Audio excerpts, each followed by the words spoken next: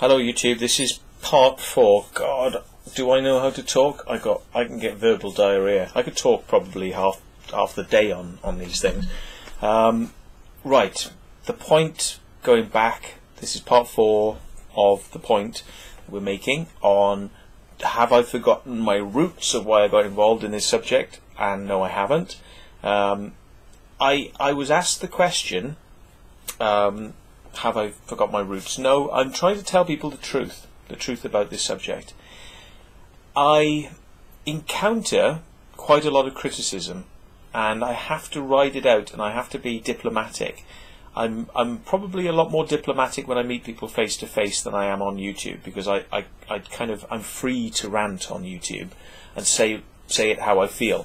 When you're with people in person, you've got to be a lot more, bite your tongue, smile, be diplomatic, try and be the nice person. And some people say that I actually damage my credibility by the rants I put on YouTube. But I would say, YouTube is the hardcore research. If you're watching these videos and you don't watch all of them, you probably shouldn't watch one of them, because one of them will probably give you the wrong idea. If you're going to watch these videos, unfortunately, as boring as it's going to be, because I think there's about 80 odd videos now, that's a lot of material and my monotonous voice going on telling you about stuff. Although some people say I've got a nice sounding voice, but it's one of those things. I don't think I've got a nice sounding voice, but if you can put up with listening to me, then great. But anyway, teaching people what I believe is very important. Teaching people what I know is very important to me, and YouTube is a valuable tool because it also means that I can diarise what I think, and it'll be recorded for all time.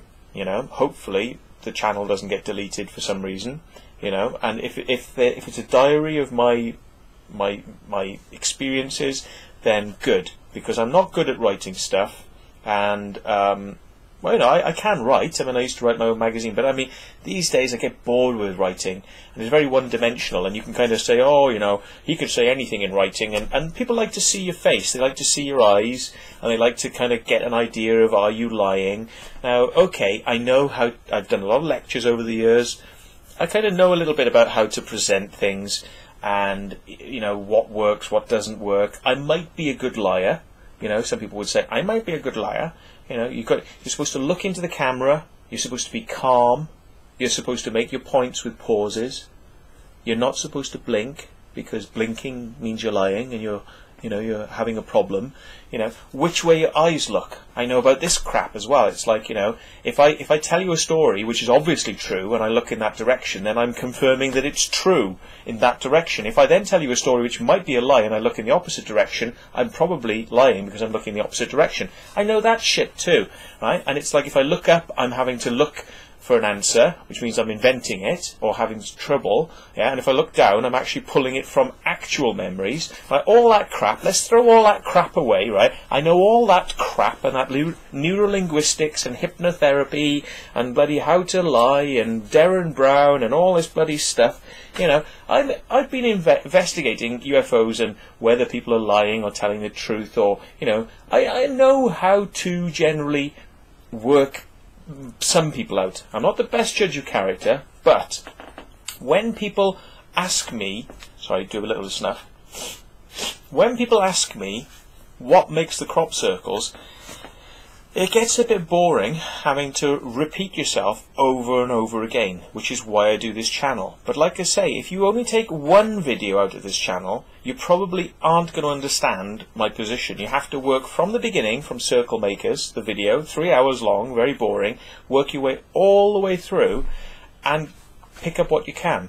I haven't been able to kind of condense this channel into just nugget points, so you have to pick your way through and work your way through the whole lot. I'm very sorry, but that's just the way it is.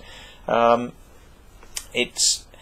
when I get asked, have I kind of lost my way? No.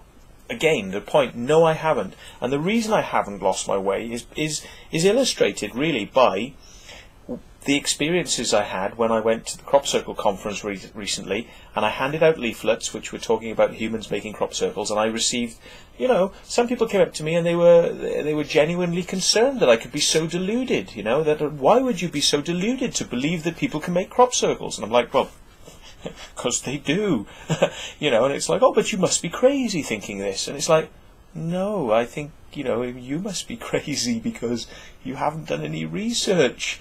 And they're like, oh, well, I have just heard them in the hall telling me that the scientists, and it's like, yeah, but those scientists are not really doctors and professors. Like, Michael Glickman was in there. He used to call himself a professor. He's not a professor. He stopped using the title since I actually pointed out he wasn't, blah, blah, blah.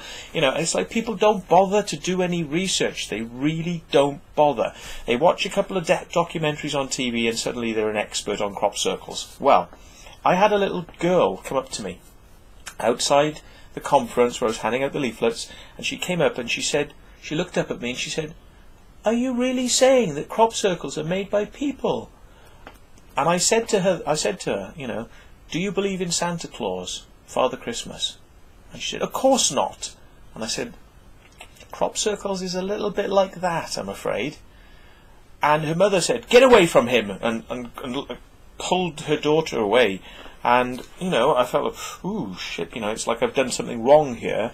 And it's like, well, is this what crop circles really comes down to at the end of the day? It's like, for the believers, they don't want their worldview challenged of crop circles. They don't want their children to have polluted ideas, which may in fact be the truth, but they don't want that pollution. They don't want to have anything which kind of damages their fun and their beliefs of the fact that humans can't make crop circles. They don't want to have that upset, because then they will be upset, yeah?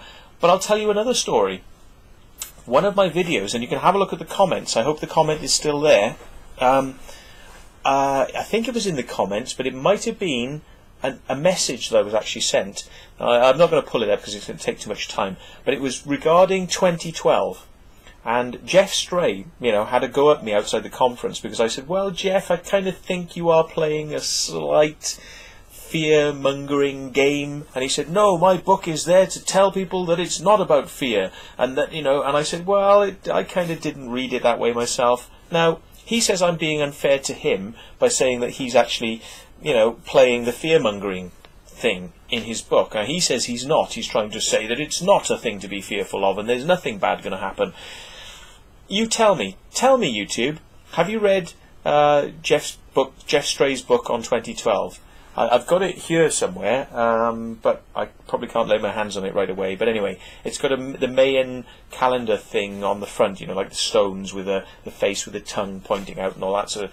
Anyway, one of the videos I did on YouTube, a girl wrote to me and she said, thank you very much for telling me the truth, that this is not going to be the end of the world in 2012.